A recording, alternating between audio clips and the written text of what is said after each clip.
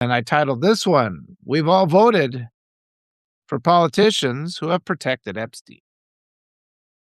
And I think something I want everybody to start emphasizing is that this isn't a victory lap, what we're doing right now.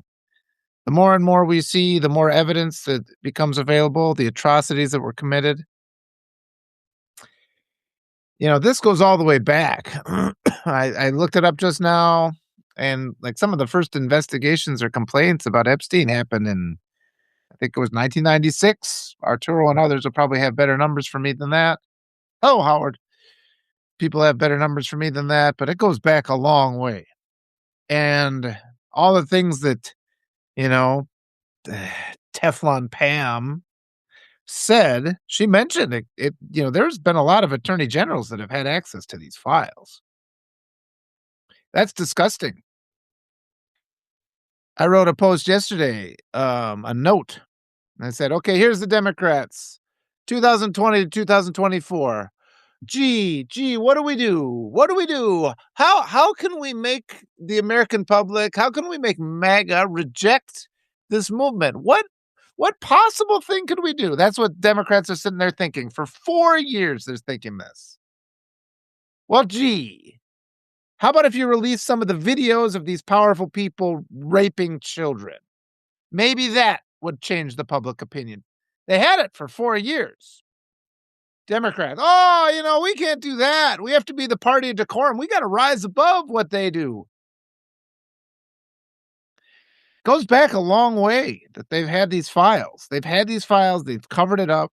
Goes back a long, long way. And I brought it up the other day with that Chris Armstrong.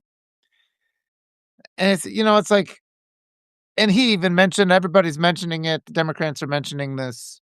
The Ghislaine Maxwell trial was ongoing. We couldn't unseal the documents. You know what? Bullshit. Bullshit. Bullshit.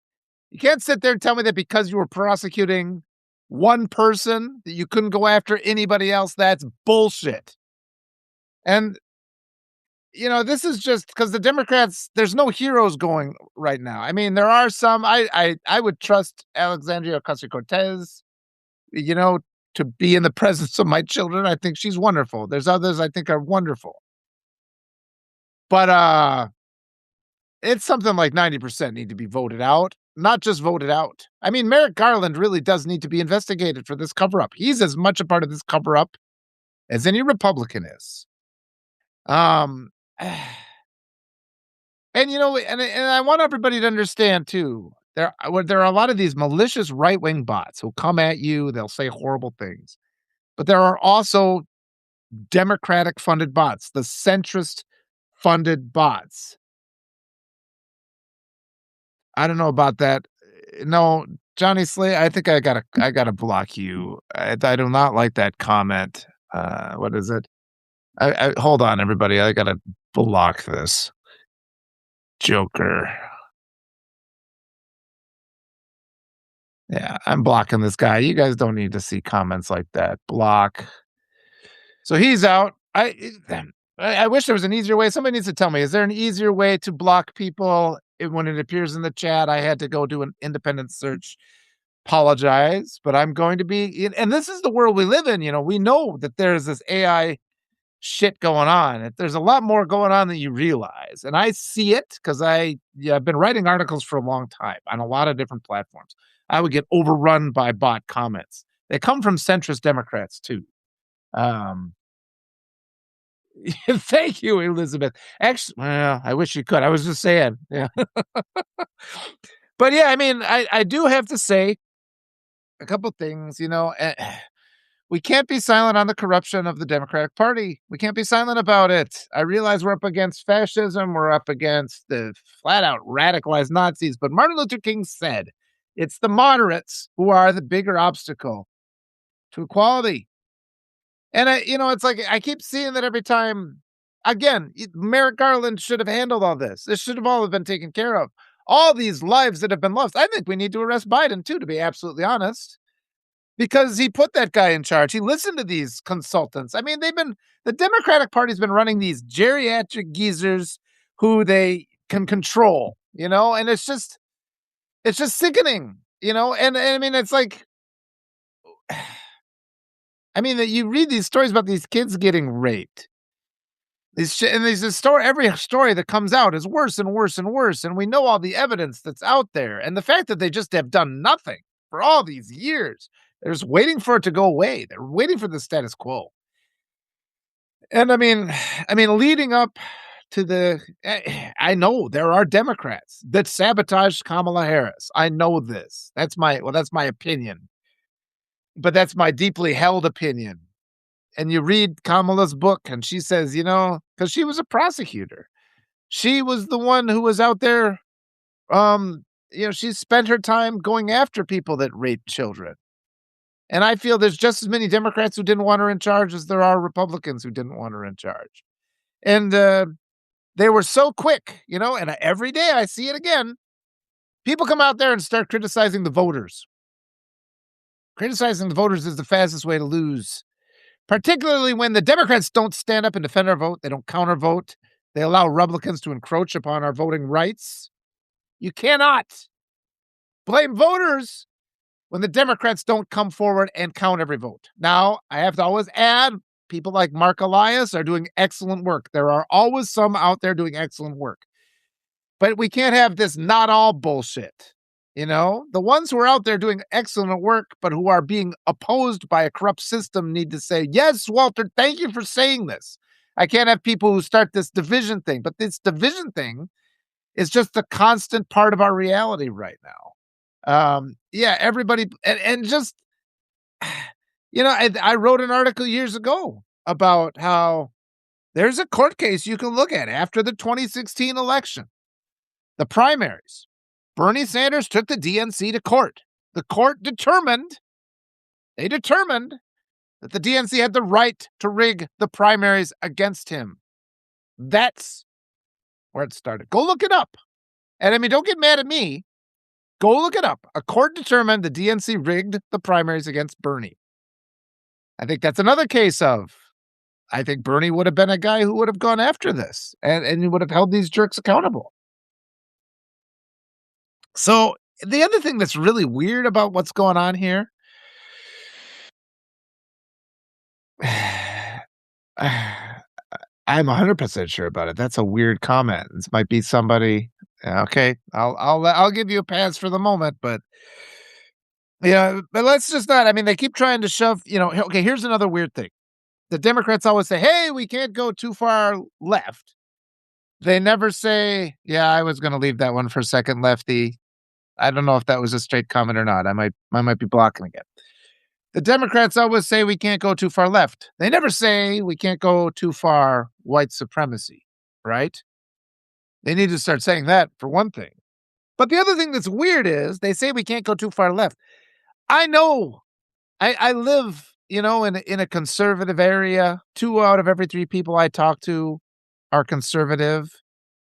The people that conservatives most hate, they most hate people like Hillary Clinton and Bill Clinton, and they most hate Nancy Pelosi.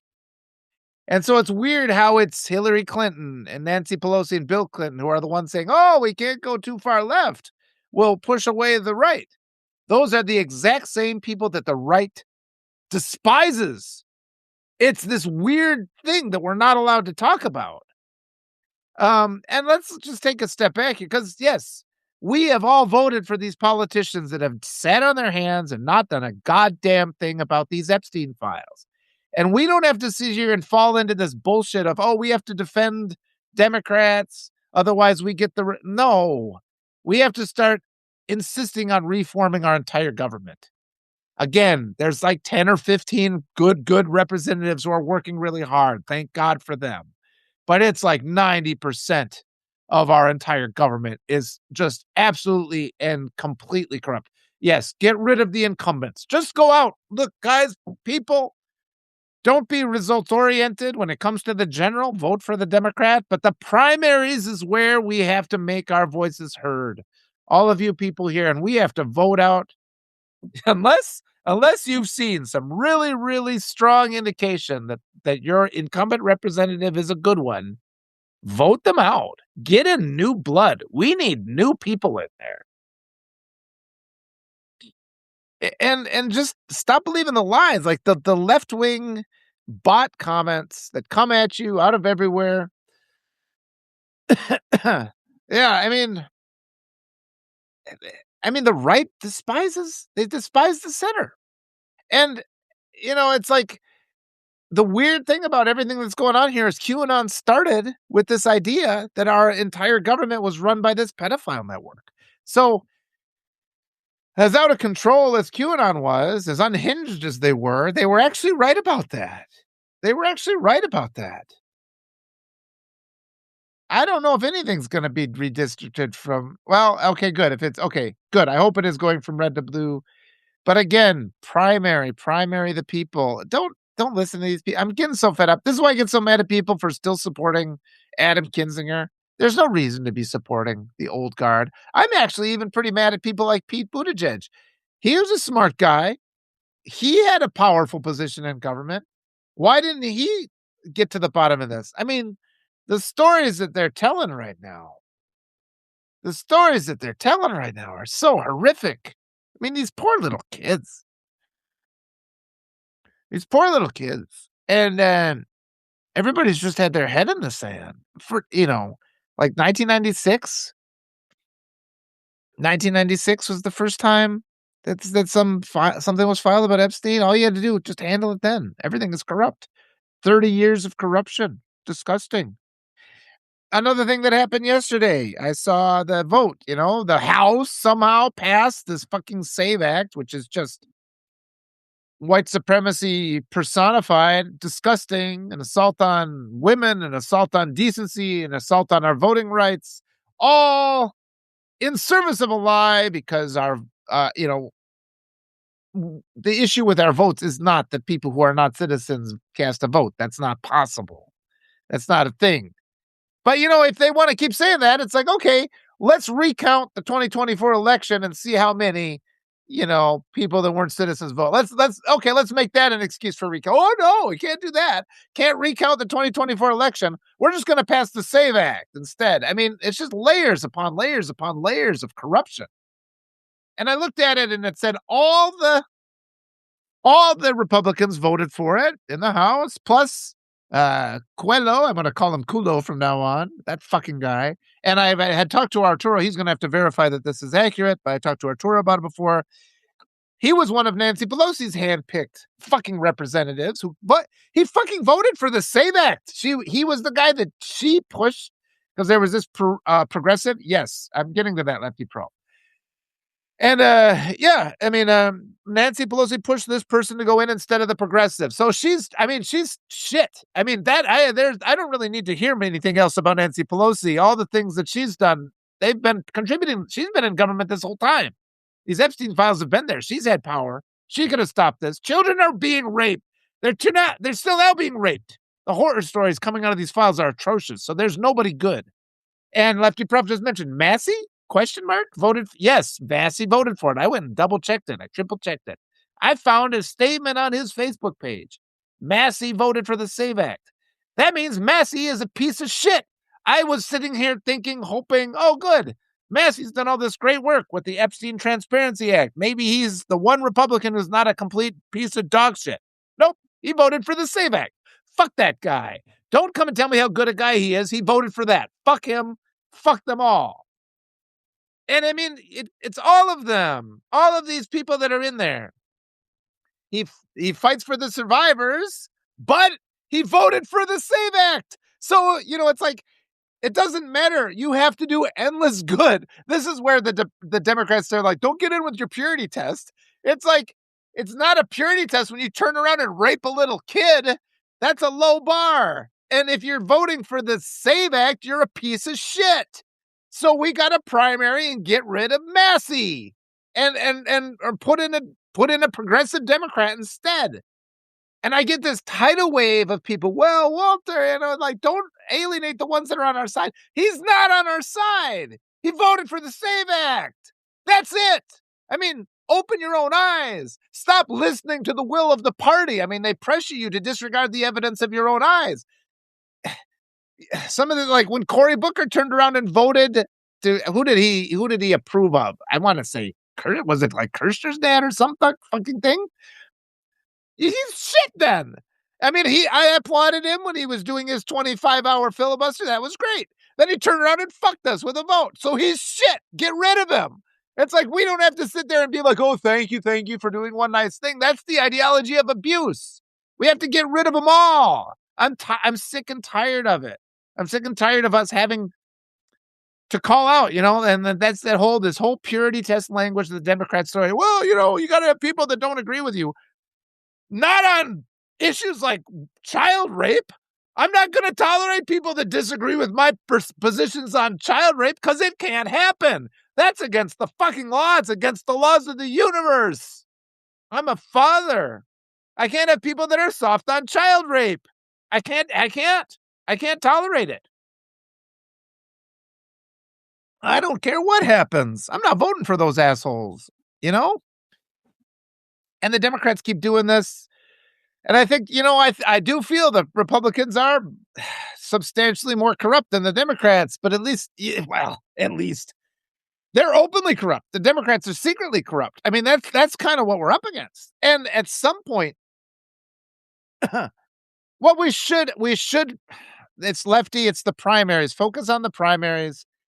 I mean, blue no matter who is a lie anyway, because the Democrats don't support progressives that win primaries, right? So we can change. Let's go, but we don't vote blue. Then who? Well, we have to vote in the primaries. I'm just saying, just focus on that. Don't even worry about the midterm. When the midterms come, vote for the Democrat. Yes, but don't even worry about it. We got to just get those primaries. If we can get 30% turnout and don't vote for any of the goddamn incumbents, with the exception of like 10, but do your research. And chances are, I mean, if you don't have time to do the research, just vote for somebody else. The establishment would shit a brick if we had like 20% turnout in the primaries. People don't usually vote in the primaries. Vote in the primaries. We can completely reform our government in the primaries. Vote them all out. Vote them all out. Vote them all out. Put in new blood. I talked to Chris Armstrong the other day and I asked him, have you ever been in government? No, he said. Great. That's what we need. And there were a lot of things that he said in the course of the interview. I wish he would use the phrase like silver spoon Democrats instead of the phrase that he did use. But he's never been in government before, and it takes a little while to install that level of corruption. The problem is we've had people in government for 50 fucking years. They're so corrupt, they've been in that echo chamber so long that they're just completely worthless. And the consequence of that is babies have been fucking murdered and eaten. Have you read some of these reports that are out there? My daughter talked to me about this the other day.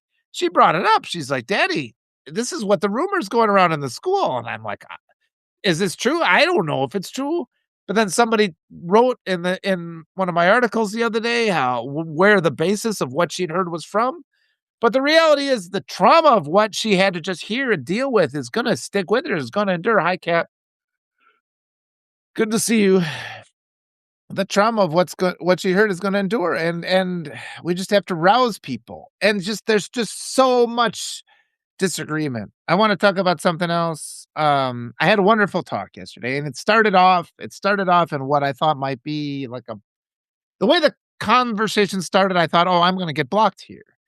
But it turned out to be a rational academic type conversation. And we don't always have to have we don't have to be lockstep in our viewpoints. I work with Will Fullwood. I do regular conversations about racism, and he's approaching it from the perspective of a racialized black man, and I'm coming from the perspective of a racialized white man. And so we just see things differently. And so I'm hearing from him, and sometimes he'll tell me something. It takes me a while to absorb it and think about it for a couple days, and we have to give each other this grace, because I've been using the phrase white supremacy, which I denounce. And lately there's been a movement to call it white narcissism or white male supremacy. And I've been thinking about those things. I listen when people say those things, but I think it's just, Dr. Martin Luther King called it white supremacy. So I think that's the phrase I'm going to stick with, because I think it gets confusing when we change too much. But somebody wrote me the other day and they're just like, you need to call it white male supremacy. And we had a dialogue about this. And I said, well, I asked my wife what she thought about that. She's Hispanic and she didn't like the idea. And I've asked a couple racialized black women about that. And yeah, and I've asked a couple racialized black women about that, and they said, "Well, I've had white supremacy come from white women too, so calling it male kind of does." So but what happens to happen is, and I mean, Elizabeth offered a wonderful suggestion too. I would like to sit and think about that. And it's like, if I don't immediately adopt it, that doesn't mean I'm rejecting her. It means we are two intelligent people approaching this thing from different angles. We'll have a conversation about it. We'll let that conversation evolve. We'll see if it's useful. That's how this process works.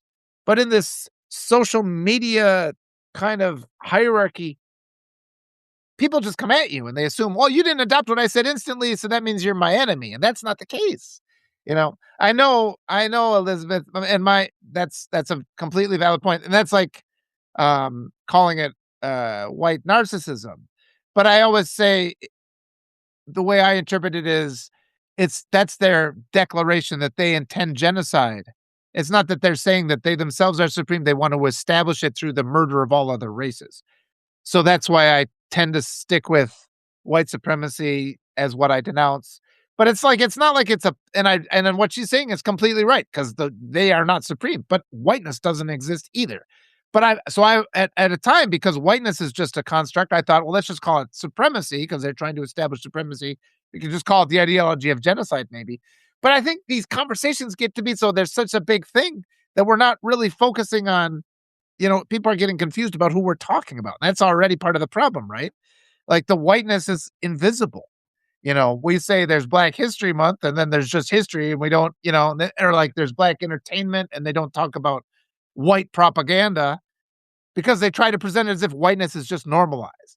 So yes, yes, yes.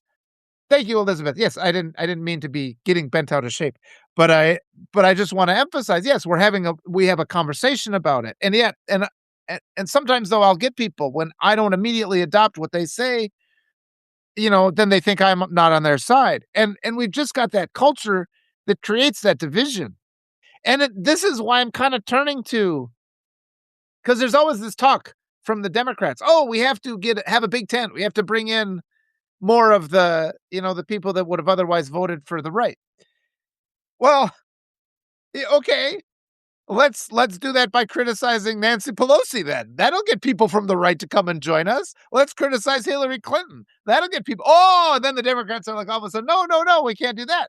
So yes, thank you, Elizabeth. I get caught up in my comments here, and then I glance over, and but one of my big things is I really appreciate and adore Elizabeth, and so I always like to make sure I'm not inadvertently saying something, you know, that's negative. So I like to just kind of touch base. So thank you, Elizabeth, for all your lovely comments. But and a lot of things too. I think another thing we have to understand is what we're dealing with right now. This whole ecosystem is such a high pressure ecosystem, and we're already indoctrinated. Oh, you must trust your leader, and that just as much applies to Democrats as it does to Republicans. Let's not forget that. We are. I mean, anybody who calls them, because you're not. There are no liberals in the United States. Everybody is to the right of center. This whole country has zero liberal representation. And we are all forced and pressured to just accept the things that our leaders say. This is why I keep interviewing candidates. Hi, Karen. I keep yeah, whiteness is the problem. Absolutely. That's absolutely it. And the base of this fucking regime is white. And it's just that white delusion. And it needs to be fixed. And the white apathy and the white indifference to suffering and the rape of children have to wake them up. And I think though too, there's just this potential for getting through to some people on the other side, and this is why I get really frustrated. This is why I've been interviewing candidates that are not getting any legacy media attention. We need that new breed. We need that new breed of candidate, the one that actually talks to human beings. Because this pisses me off.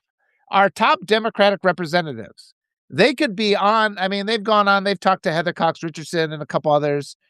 I mean, I've got a growing Substack here. I've got people that listen to me, that take me very seriously. And so this is a mechanism by which you can help me expand. This is a proven, established product. I could get some help from the Democratic establishment to fight the hate messaging of the right. I could do that. But I would like to have a couple words with people like Pete Buttigieg and Chuck Schumer and what's Jeffries' first name? Hakeem Jeffries. I would like to talk to them and express my displeasure with how they are acting, but they will not do that. They like to sit, and this is the fucking problem with our elected Democratic representatives. The same ones who couldn't figure out, gee, what's the strategy for defeating MAGA in 2024? And somebody said, well, let's show the people the videos of, the people in that party raping kids. And the Democrat, well, no, let's not do that. Let's talk about, let's just insist everybody's doing well, even though when they're feeling squeezed. And we also can't give people universal health care. That's the Democratic establishment. It's because they're in their echo chambers. They refuse to talk to people like me or any of the other wonderful creators out there. And we need to change that, and that's why I keep doing this. I keep talking to these other candidates. I mean, any Democrat who comes asking me for money, they should be giving me money. The Democratic Party should be paying me because I'm the one out here doing the hard work, trying to change the hearts to establish, but I'm working against the Democratic messaging, which is Republican messaging light. That's what it is. Again, we've all voted for it. I mean, in 2020, we gave the Democrats the power. They had the presidency. They had control of Congress. They had the power to stop this. They had the power to arrest all these Epstein pedophiles. What were they calling them? Apex predators is what people have been calling them. They had that power. And now let's not forget that. So what's going on right now is not a victory lap. You're exposing the level of corruption at all parts of our government. And I mean, it's drain the swamp time. It is a swamp, but the Democrats are part of the swamp too. It makes people just perverse to have that level of money with what they're doing to these kids, the way they're hurting these kids. I mean, every file that I see, everything that comes out, it's heartbreaking. It's heartbreaking. And it's both the Epstein and then what's ongoing. What's ongoing about ICE and what they're doing. And I mean, there's been these rumors of ICE raping people and raping kids. Rumors of that. What guarantees do we have that's not happening? They refuse to identify who they're hiring. One woman has been arrested for the Epstein scandal. Yeah. Yeah. And Elizabeth, great. We need to be honest about the overlap between those who chase money and power and malignant narcissists. Yes. I mean, they're all bad. And we have to just accept to ourselves, it doesn't have to be like this. Too many people have this idea, well, people are always awful. It's always been like that. It doesn't have to be like that. That's not human nature. This has been imposed upon us. This is corruption at every level. And again, there's no victory laps here. We need to emphasize. People will sit there and tell me, well, hey, they're doing it now.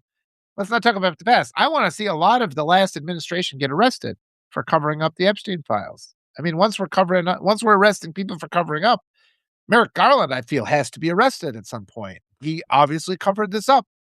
He obviously did. And, there's a lot of people sitting in offices of high power right now. And I mean, I guess what's scary about that, once you say that, is you realize, the entire Republican Party. And again, Massey voted for the SAVE Act. Fuck that guy. It's like any goodwill he developed. Same thing true with Newsom. Fuck that guy. I mean, he'd been developing goodwill, pushing back with his social media campaign. There was actually Camille Zapata, who deserves all the credit, not him. And then he goes around and says he's not going to tax billionaires. So fuck him. Do you want to, Elizabeth, let me know. Would you like to just hop on with me for a second here if you've got a second? I haven't chatted with Elizabeth in a while, so if she wants to come on, that would always be nice. I'll let her see what she says. But yeah, it's like all this pressure. Okay, that's fine if you don't want to. All this pressure we have to just comply, and you always have the right. And again, I mean, social media, got it. Social media has got this thing where it's created this state of division where even people that are allies can then quickly think of themselves as enemies. I'm constantly afraid of it. And we really do need to adopt this academic mentality where two people are working on a problem I mean, Einstein was working on relativity from this kind of philosophical approach. Other people were working on it mathematically. They were approaching it. And that doesn't mean that they said, well, this when Einstein said, this is what I'm doing, the guy working on it mathematically, well, then you're an asshole then. You're wrong. How dare you be on that side? You have to be on my side. It's like, no, we need those two approaches. And through those two approaches, we get to the understanding.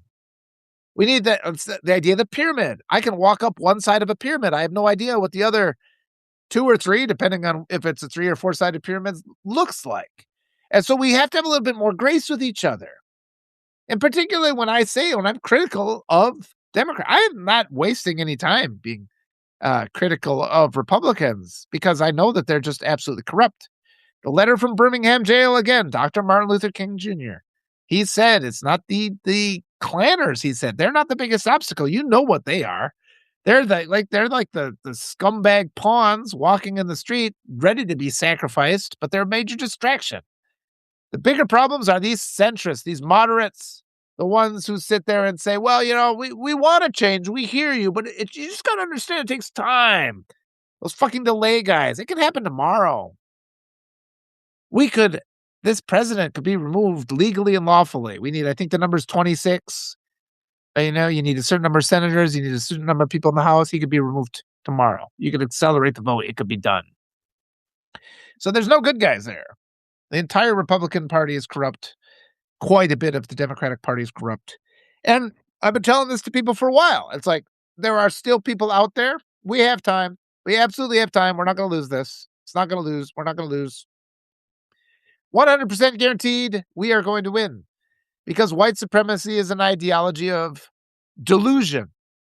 White supremacy is that belief that you can never be wrong. And I said this the other day. I'll say it again. It's important for you all to know this. These people that go through life who are unwilling to assess their own flaws and recognize their own mistakes, they keep making them. But what happens is their ideology becomes so corrupt and weak, and their own sense of identity is fragile. And if you force them to recognize the places that they've made mistakes, they wither. It becomes, as a young person, you can withstand those blows, and you can say, okay, I did that wrong. I can practice accountability. I can fix myself. My identity is not my self-image of superiority. And it's critical that we teach our children this, because white supremacy is the way of death. It's the way of death for all. They all die. Yeah, it should have been done in 2017. It should have been done in 2006, honestly. Should have been done in 1996. Every administration that came up in those years is complicit. And there's a lot of guys in there I had respect for. It's kind of going out the window based on what we're at now. But again, white supremacy is the ideology of death. And the reason is what happens is they can't live. I mean, this is why in the Oval Office, you see a guy who will never enter a competition that hasn't been rigged because he can't stand any kind of loss because he's so thin-skinned and weak. And his self-identity has to be that he's the one who always wins. So if he played a game of tic-tac-toe or scissors, paper, rock and lost, that would be enough to crush his identity. That's how weak he is.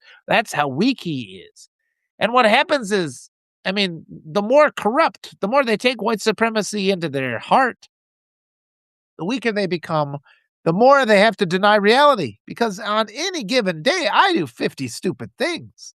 Whether I bang my thumb with a hammer or I spill the coffee grounds. I mean, you just do things all the time. It's not hard for me to realize I'm not supreme. I'm a flawed human being. I make mistakes. I'm quite happy to practice accountability because I like to make up for the pain I inflict. And then I try to do reparations. And if reparations aren't possible, I pay it forward and try to spread good. I mean, that's the ideology we need. The United States has the opposite of that. And enough people in this country have normalized this belief in white supremacy that they would vote for the most repugnant human being in the history of the world. But at the same time, he also is a cheater. That guy has never been in a contest that he doesn't cheat. But the critical thing that happens is, and Elizabeth, thank you for saying that. And there were times that I actually have had to, because I grew up in a conservative community that groomed all the young men to be that way, to be fragile narcissists. That's true. And I got through it, and I realized, because the reason I got through there is because I was having victories. I was having victory. I was very good academically, and I was building my self-worth on that. But I've heard of people who They managed to survive rural communities thinking that they were like a math genius. They get into college, get a B minus on a test, and they kill themselves because that was evidence that they were not who they thought they were, and they couldn't live with it. And that's the fundamental weakness of these white supremacists. But the ones, I mean, that was a young person, but the older ones, they've learned so well to just deflect from any kind of evidence. I mean, look at how the guy denied his election loss in 2020. That was his identity death. That was a threat of identity death. And so he absolutely had to win the next time around, so he was going to cheat. No question about it. I mean, this is just the basic psychology of these just awful, awful people. But here's the other thing about it. And this is why they're miserable. This is why everything they touch dies, is because you can't, once you have adopted that white supremacy, that narcissistic, toxic, narcissistic, fragile male ideology into your heart, you can't withstand having people witness your failures. You can't allow there to be witnesses. And this happens when this is why all these relationships crumble, because even if you do something awful and your partner sees it, the white supremacist has to control all things. They can barely live with that knowledge that somebody else has that.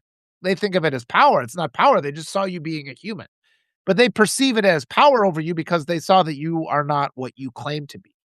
And so they have to eliminate those witnesses. And we have this, I mean, we live in this society. It's been shocking to see how many murders are covered up, how many rapes are covered up. I've been hearing these stories about, I mean, what happens, Katie, is they start out as regular people and they become perverted over time. But I mean, I'm telling you, I grew up in this conservative rural town, and it's just like I didn't have any other model to follow. So I was following this model of the narcissist, and I'm a kind person. It was hard on me. I couldn't eat. I had asthma, and it crushed me. Hello, Derek. Eventually, when I was 26, I had to just leave the United States, and I got into a country where there was, that white supremacy mind virus wasn't there. And even then, it took me 10 years to kind of expel it from me. And I am by nature a curious person, and I am by nature a kind person. And I came damn close to going down that same road that could have turned me into one of these evil, evil people. I wouldn't have been a rapist ever, but I think it would have been likely that I would have had all my relationships fail, because it takes a long time, because you are taught from childhood and the only reason you have self-worth is through these grand victories. And for me, I was using academic victories, even though my culture didn't respect any kind of rational thought or any kind of science at all. But I mean, we see it. We see these young kids who are pressured, pressured, pressured. And they're told, unless you succeed, unless you vanquish, you're nothing, you're worthless. So we place this unreasonable amount of praise on athletes and all this ridiculous stuff. I mean, the whole student athlete thing is absurd. You go on TV and they're like signing commitment letters to go to various universities. It's like, well, what did you actually get? And they claim it's a scholarship, but they end up paying $80,000 a semester for some absurdity. It's like, what did they? Oh, they shaved 3% off for it being out of state. Just go to the state school. What the hell are you doing? Well, I got to sign this intent letter, and people fall for this hook, line, and sinker.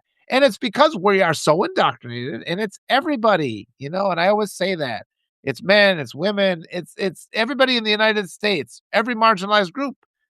We're all indoctrinated with the same viewpoint, and we're told because whiteness is it has to be hidden. We claim it's not there. All these crimes of whiteness that it's like white people murder a lot more people.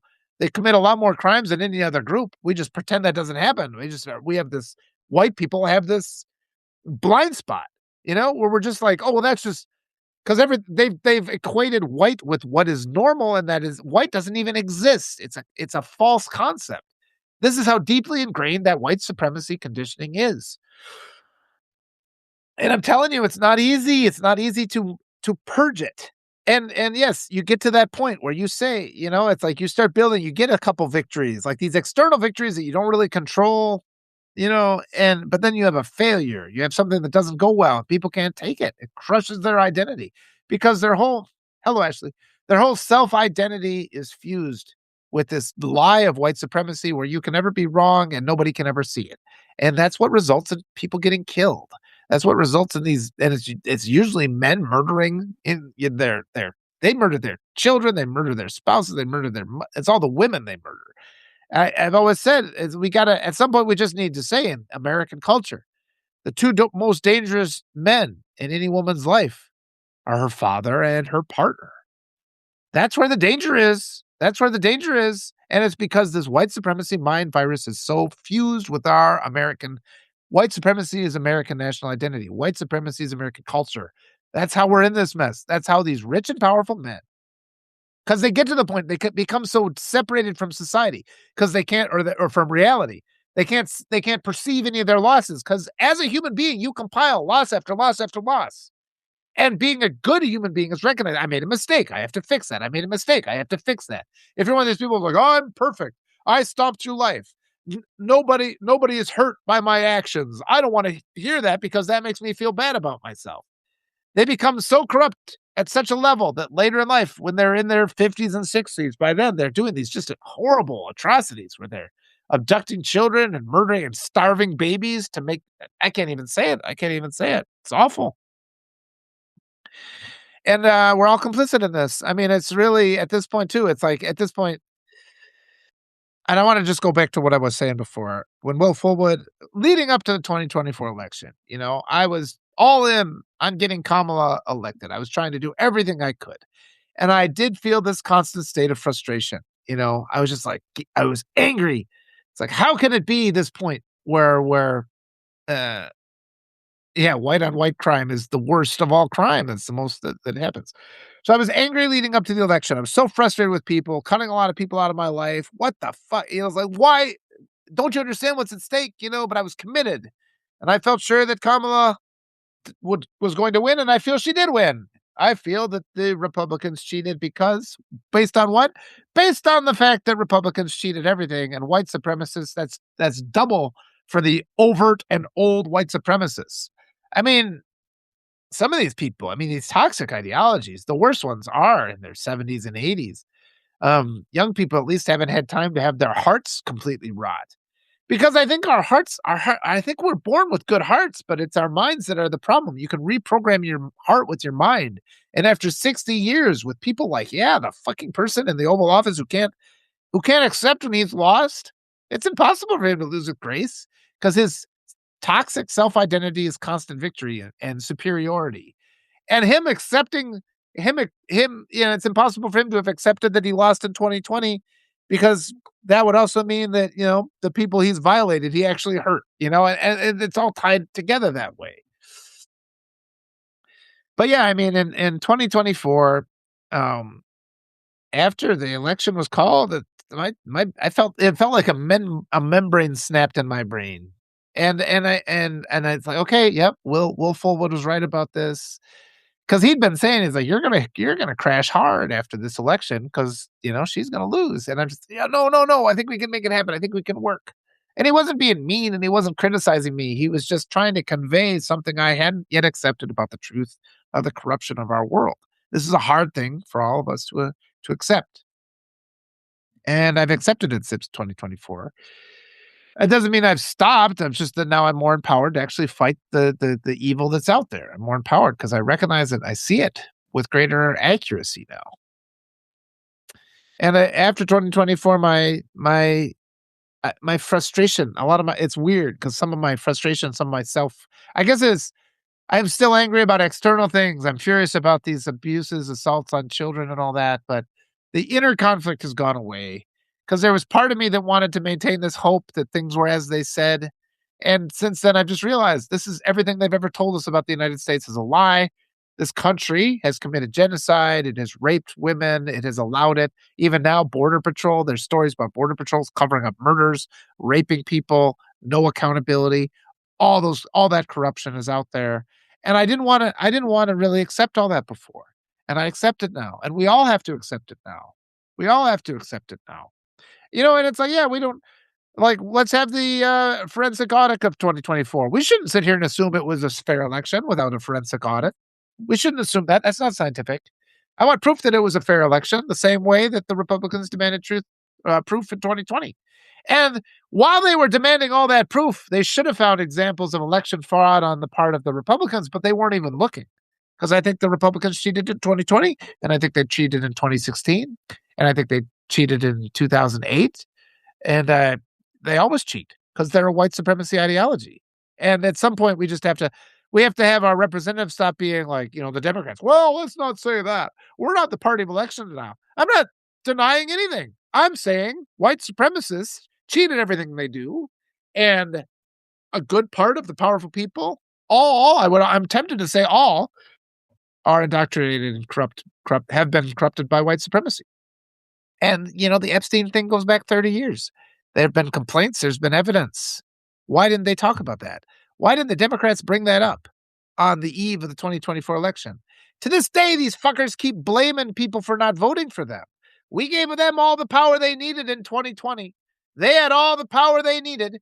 The voters came forward and said, we don't want this. Democrats didn't do jack shit. They didn't do jack shit.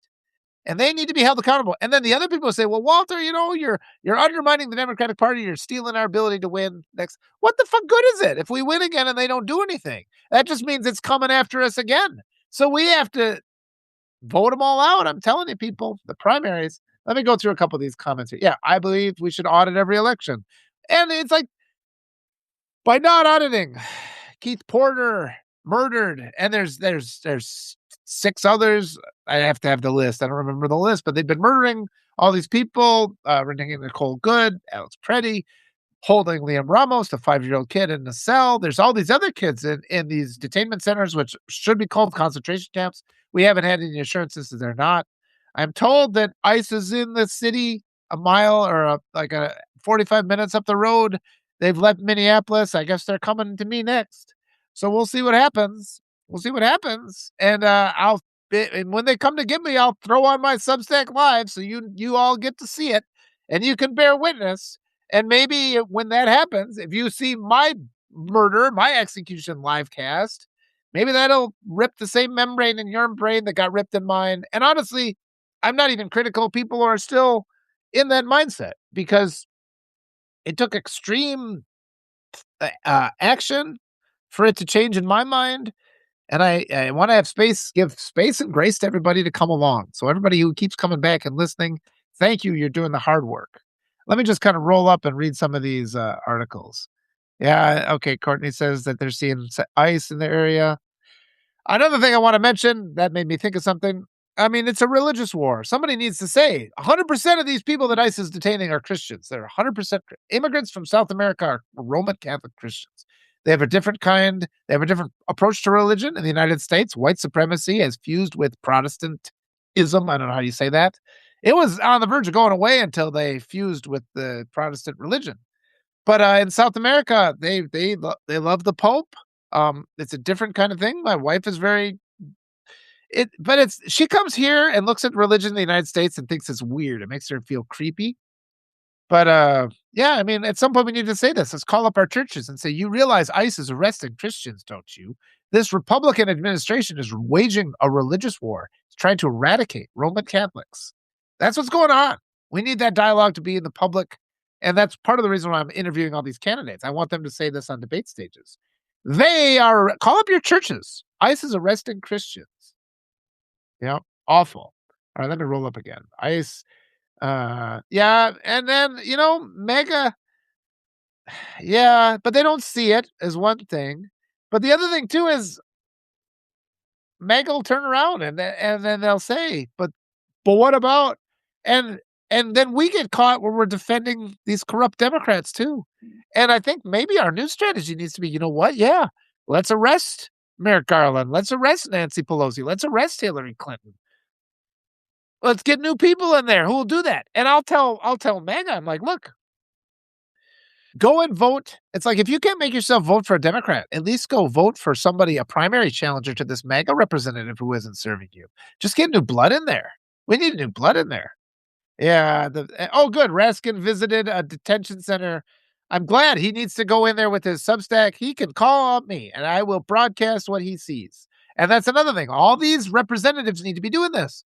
They should be going to the ICE demonstrations, anti-ICE demonstrations.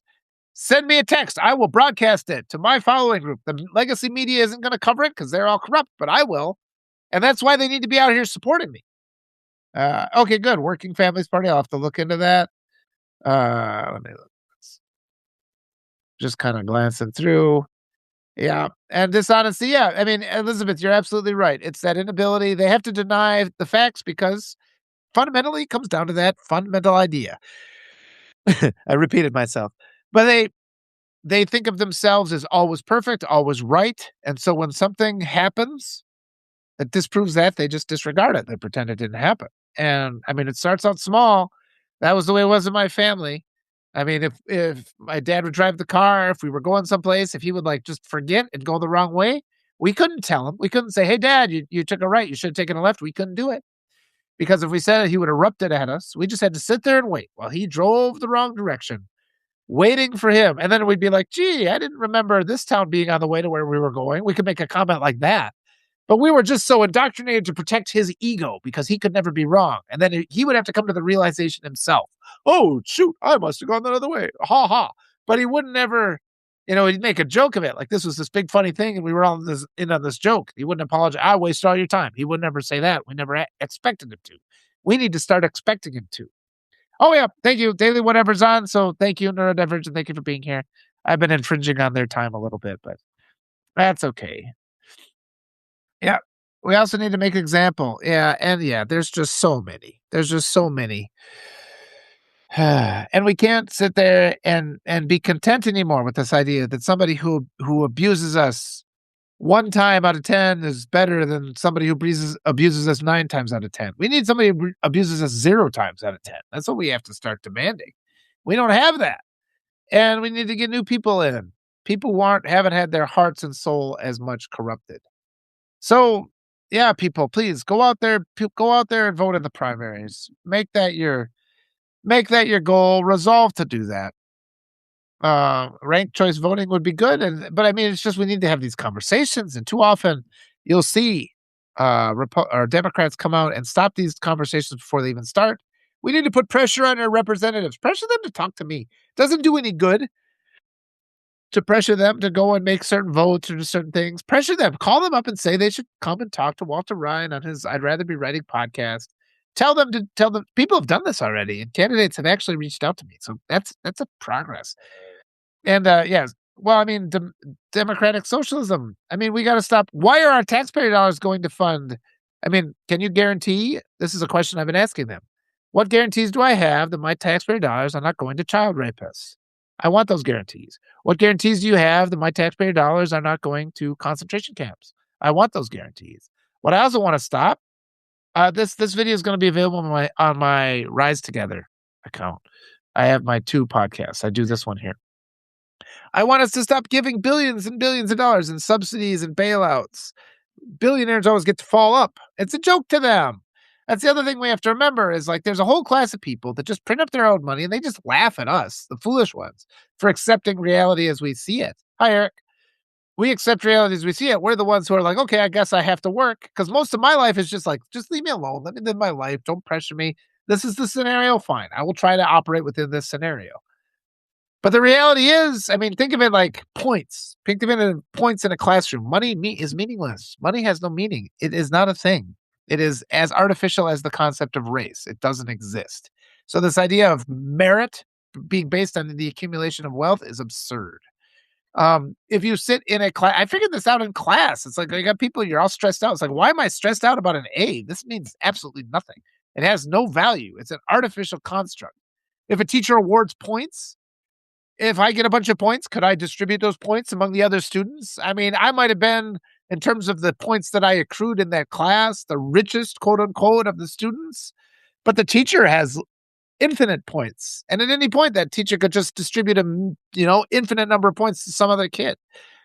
It's nonsensical. And what's real is how we suffer because this has been perverted and, unfairly, inequitably distributed. It's designed to make us suffer.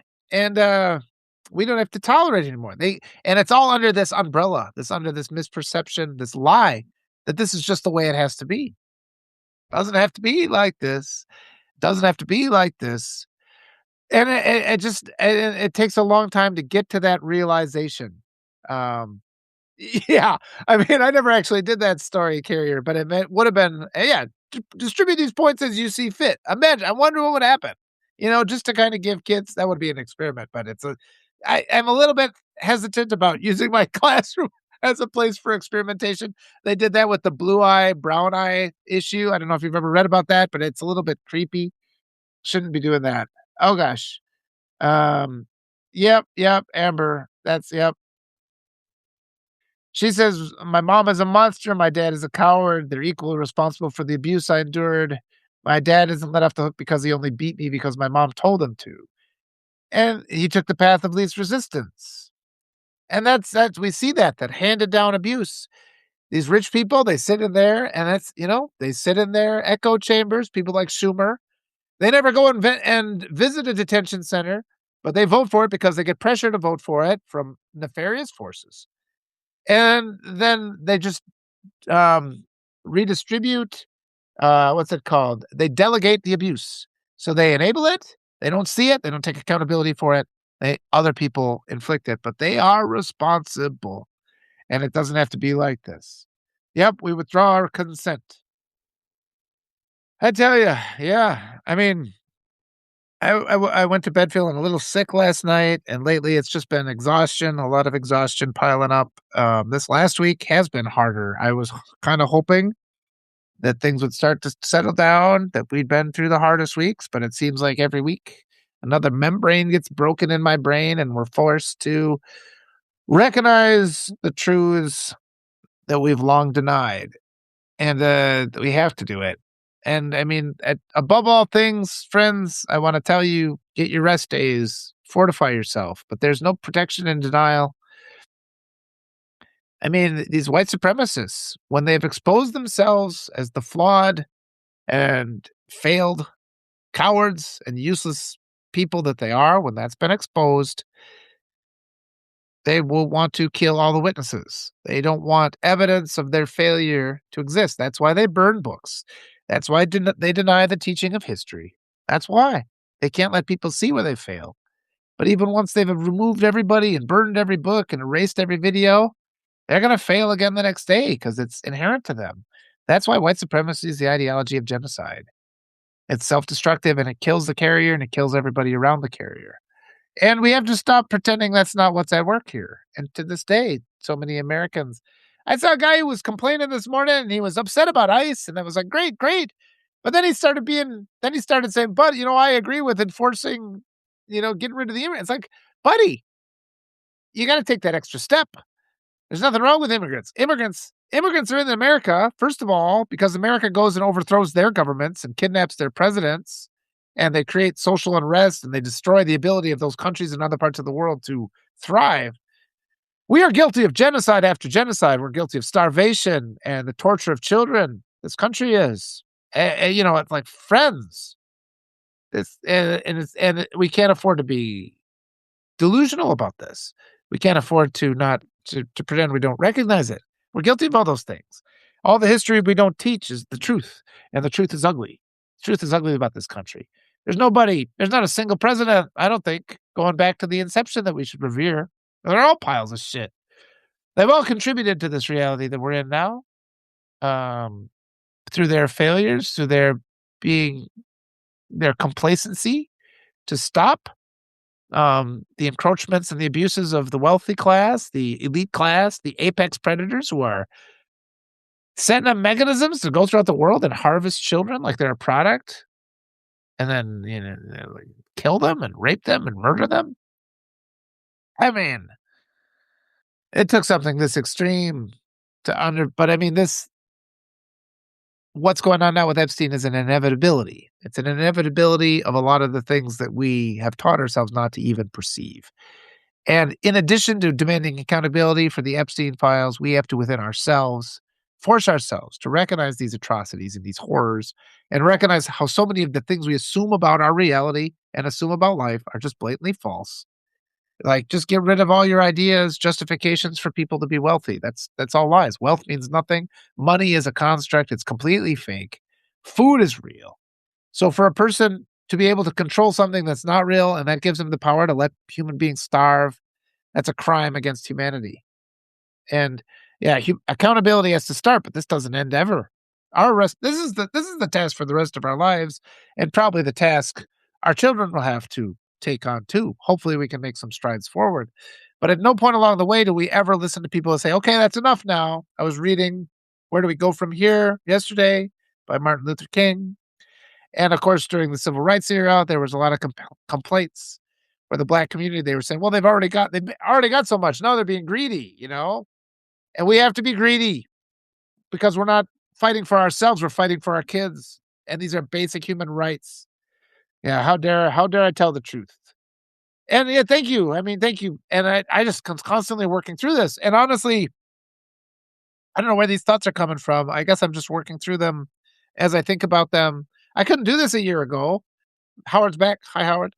I couldn't do this a year. I couldn't just sit down and talk like this for an hour and I could keep going. I'm going to go talk with Arturo and Shane in a minute. But there's so much going on right now, and once you force yourself to recognize the reality of what's happening, you see the things, and you start uncovering, you give yourself permission to go through these doors that have been locked in your mind. There's a certain amount of security, and this is a problem that my dad has always had, where he has closed off corridors in his mind, and he only exists within this one tiny space. And there's some doors he refuses to walk through because he feels comforted. He feels comforted in that space. He feels like he's in control of it. He feels powerful in there. But when you open yourself up to the realities and the complexities of the world, at first it's disorienting. It's hard to walk through, but you do become empowered because as the space gets bigger, you become more and more able to walk around in that space. And then you can do in larger and larger spaces. So this is empowering, even though we're facing hard truths. You have to face them. And it gives you the power to better protect your own kids, to ensure that all kids have good fathers, because in the United States, there aren't that many. There aren't that many good fathers, not the white fathers, because they're also deeply indoctrinated with white supremacy to the point that they won't even talk about it. They deny it exists. They don't even say the words. They won't even say the words. And this does take a lot of work. I hope, and listening to this, I hope we're making progress with it. I hope it's becoming more clear. I hope you're all feeling not attacked, but empowered and encouraged. Um, we have to do better. We have to have a lot of things. Yeah. Even lift, bro. Mental lifting. It is. It is not easy. It's not easy what we're going through, but we are becoming stronger. And white supremacy is an ideology that's doomed to fail. It fails. It kills itself. It ends in a bunker. We've seen it again and again. You get to those points where they will not accept that they are worthless. They have that mental image of their greatness. And so they shoot themselves rather than have to face the reality of who they are. Yeah, I mean, and again, Amber, thank you for mentioning that. It's legal to cross the border. It's legal to cross the border and apply for asylum within a year. So they're not illegal, and they're always Christians because the people that come up from South America are always Christians. So this regime is arresting innocent Christians. We've never seen such a genocide against Christianity. This Republican regime is obliterating Christianity. This is a religious war as much as it is a racial war. Hi, Murphy. Good to see you. I'm not sticking around too much longer. But yeah, these are the words we have to do, and we have to, but beware because there's going to be, let's not have these fights with the people that should be our allies. That's really important too. And just use that language of saying, look, okay, I'm listening to what you're saying. It's going to take me a little bit of time to process it. I'm not dismissing it, but I'm not willing to just instantly comply with what you're saying. I need a little bit of time to think about it. I do this often with people. It's effective because we're in an academic community. Because the left doesn't have an echo chamber. I got into a battle with a guy about that. There's no echo chamber on the left. The right has one unifying ideology, the ideology of denying reality and establishing themselves as perfect. It's only among the left that we're actually engaging with reality. We're conducting experiments. We're seeing how our ideas are wrong. We're seeing what works and what doesn't. So there's no echo chamber over here. And what that appears is there's a lot more division. But we aren't really divided. We just have to understand we don't have to instantly walk lockstep with each other to be allies. if we're all walking up a different side of a pyramid, we can compare our notes at the top. Yes, critical thinking is and that's why the right it attacks education. That's why the right always attacks our kids first. They attack education. They take away books. They're the book burners. They don't want to teach academic theories. They want to take away money from education. They use those voucher programs, which they leverage religion to steal money from poor kids. And I keep saying white supremacy is a defilement. It is a defilement of Christianity. It takes a lot of the similar mechanism and it defiles it. And it is trying to eradicate all other forms of Christianity. I think it's really important to appeal to the Christian communities and have them join our side of the fight to help eradicate and obliterate white supremacy. Yeah. Well, yeah. What I said is what somebody I was reading one of these comments here, but yeah, consider white supremacy is a defilement of Christianity, and they're trying to eradicate all other forms. That's really an important thing. Personal attacks on people we don't know. You know what? And Elizabeth, a lot of that is directed by, I think, these centrist bots. I think the Democrats spend a lot of money on these bots because they've been constantly putting these things like, "Oh, Hillary was right about everything." Well, she wasn't right about not campaigning in Wisconsin, and she wasn't right, and the DNC wasn't right about rigging the primaries. So I think they spend a lot of time on their messaging. And the reality is, if you try to appeal to the right, you don't run Hillary Clinton because the right will never accept her. The right actually really appreciates progressives. That's where we and the Democrats are just as much responsible for dividing the country to establish their own power. Yeah. Oh, okay. Yes. Yes. And Elizabeth makes a great point there too. And this is what I was saying before because somebody was upset with me because I wasn't using white narcissism, or I wasn't using white male supremacy, and I took the time to explain. And they didn't use the word like Elizabeth mentioned, but somebody was like, "I'm really upset with you because of this." It's like, okay, let's talk about it. So as long as we just reserve that time to talk to each other, and again, we're all indoctrinated to fight. That's part of our white supremacy conditioning that makes it ongoing. It creates these conflicts so that we can't come together. So we have to put a lot of our old established voices out to pasture. Please stop supporting Adam Kinzinger. He's not on our side. I promise you he's not. Yeah, and the bot comments are just everywhere. Every day. Really, people. I mean, a lot of you, if you're all new to Substack, you might get somebody with 3 subscribers might come at you and you're like, "Oh, I guess I'm way off base with my idea." But I'm sitting here with my 20-some thousand subscribers, however many it is, depending on the different platforms. And I'll get people who will just come at me with guns blazing, and I'll check their profile and they got like 6 subscribers. And it doesn't make any sense. I mean, if they're trying to be new to this platform and understand the ecosystem of this platform, it doesn't make sense on your first day to attack one of the more established accounts. That's a fake profile when they do that. So just be aware of that. And yes, everybody always should be talking with you respectfully. Should be a positive, respectful discourse. Yeah, block the bots. But they're out there. There is a lot of them. I don't know how many people who subscribe to me are bots, but it's a lot. Uh, yeah. Yeah, and we gotta stop appealing to the right. We have to start appealing to the progressives, start voting in. The progressives win overwhelmingly. Arturo was saying that in Texas, the progressives were winning overwhelmingly. So, yep, and Jamie, had Bernie been the Democratic nominee, yep, he would absolutely won. And you watch how the Democrats what's crazy about that is I apologize, I'm not supposed to use that word. What is illogical about that whole system is the Democrats tried to blame progressives for their loss because they said, "Look at how many of the voters went from voting for Bernie to supporting the other side." And what that shows is that we can go to the left because the left does appeal to the right. It's a circle. I wrote an article about this. It's not a spectrum. It's not left, right, center. It's a circle.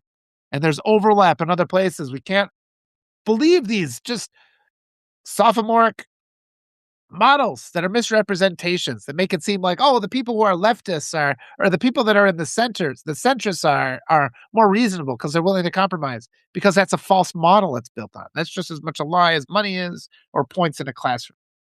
All right, let me just kind of read through a couple of these last things. I got to go rest for a minute and talk with Arturo and Shane, which I'm looking forward to. Well, James, like I just said, the Democrats rigged that primary. They rigged it. I mean, that's been proven in court as the same with the rape case against the guy who is sitting in the Oval Office. The Democrats rigged the election in 2016 or the primary in 2016. Sorry, but they did. Yeah, the bots come. Maybe that's what it is. Maybe I'm getting attacked by some bot. I think I saw a lot of wonderful comments in here though. So, oh, okay. Well, I hope it's good. I should go rest. And again, I always feel energized. I was on the drive after I dropped off my daughter. I was thinking of not even doing one today, but I do always feel energized. And I think it's better out than in, right? All these thoughts are on my mind. And again, accountability, I want to always practice accountability. And these are things that just come off my chest. So I make word slips. I try to apologize for them and catch them when I do. I'm trying to do better. Reprogramming my heart is part. Yeah, Elizabeth, you'll be happy. I skied 2 hours yesterday. I went for a 2 hour ski. Eric just asked for a smile. Now we want to dance. All right, thank you. But yes, I want to practice accountability. If I'm doing things, if I'm saying things, if I make word slips that are inappropriate or offensive, just let me know, please. I want to fix those things. I want to do better. It takes a while to program your heart. You use your conscious mind to program your heart, and some of those old things are residual effects of the white supremacy programming that we're all stuck with. But I am working hard to fix it. You all are too. Thank you, everybody, so much. Yes, get out, even if it's just a walk.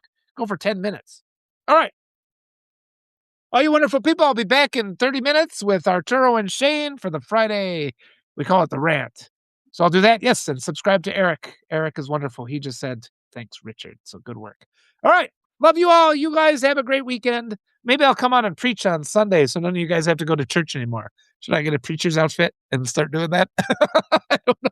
I don't know if I can hold up. I usually take the weekend. I take the weekend off. But that's it for now. Love you all. Love you all. Love you all. Have a good day. We're going to win. There's no other opportunity. There's no other possibility. We have to win because white supremacy dies. That's the end point of white supremacy. So we are going to win. And we are learning a lot now. We'll be unpacking everything we learned in this year for the rest of our lives. We'll be going through it with a comb and we'll be creating a new curriculum for the future. We are recalibrating our society. We are recalibrating our own minds. And we are allowing the human heart to lead us rather than these corrupt ideologies that have lingered for far too long. We're going to fix it. All right. Thank you, everybody. We'll see you in a half hour.